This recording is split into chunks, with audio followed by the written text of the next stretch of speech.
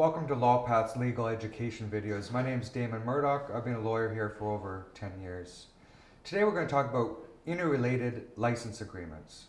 A lot of time when you set up your corporate structure, you might have a holding company, and then under your holding company you have a subsidiary. And that subsidiary is wholly owned, or sometimes 100% owned by the parent company. Sometimes you also have an IP company, where the IP company is wholly owned by the holding company, and the subsidiary is using the technology of the IP company.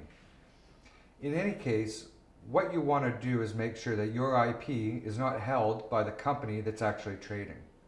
The reason is that your trading company is the company that takes on liability.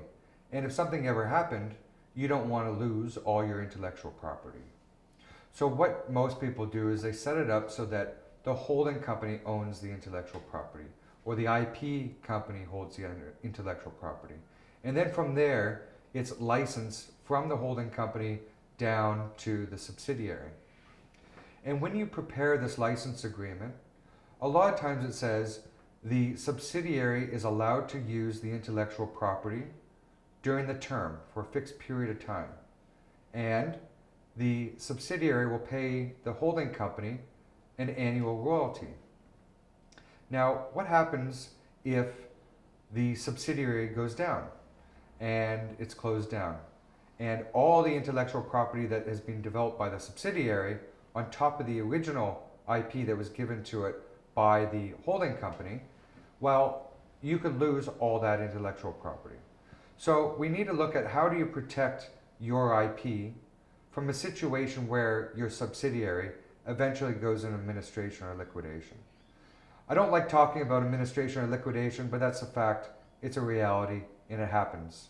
It especially happens in high growth companies, mostly because of cash flow issues. Now let's look at this license agreement. What we normally do is we draft in a way that we license the IP down to the subsidiary. We pay a royalty from the subsidiary back up to the parent company, and we have it for a fixed term. We also draft what's called a default event clause.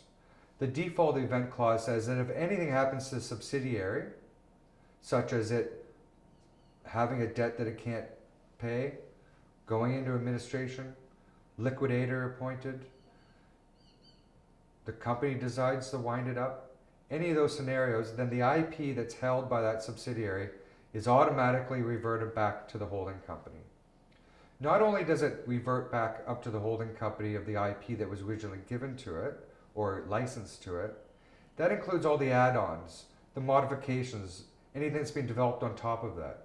It might even also include client lists. What's important is to get it right. And if you can get it right, it protects you. But what's the most important thing to do is to have a PPSA clause. That's the Personal Property Securities Act.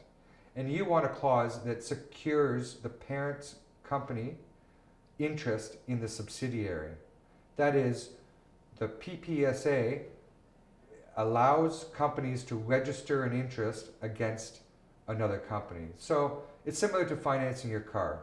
You buy a car, you get finance on your car, you have possession of your car, but although you own your car, there's still a registered charge against it by the finance company. If you don't pay your debt, then that finance company can come back and take your car from you. This is very similar.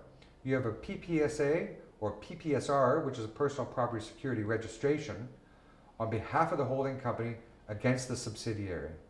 So if anything happens to the subsidiary, you can walk in and you can take your IP back and drag it back up to the holding company.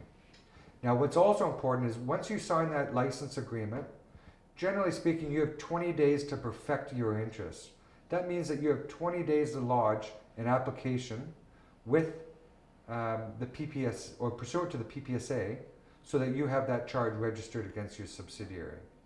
What's also important to know is that if you don't register the PPSA and you do nothing until the company, the subsidiary, is put into administration or put into liquidation, there's a real risk that your license agreement or your protections that you thought you had via the license agreement won't actually exist.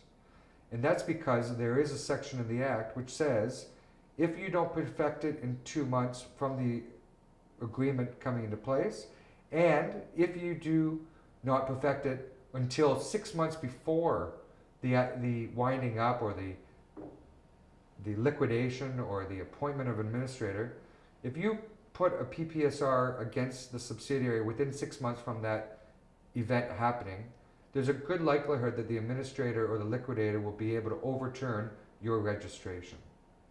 So at the end of the day, it's really important to get a lawyer, most likely, to look at your license agreement.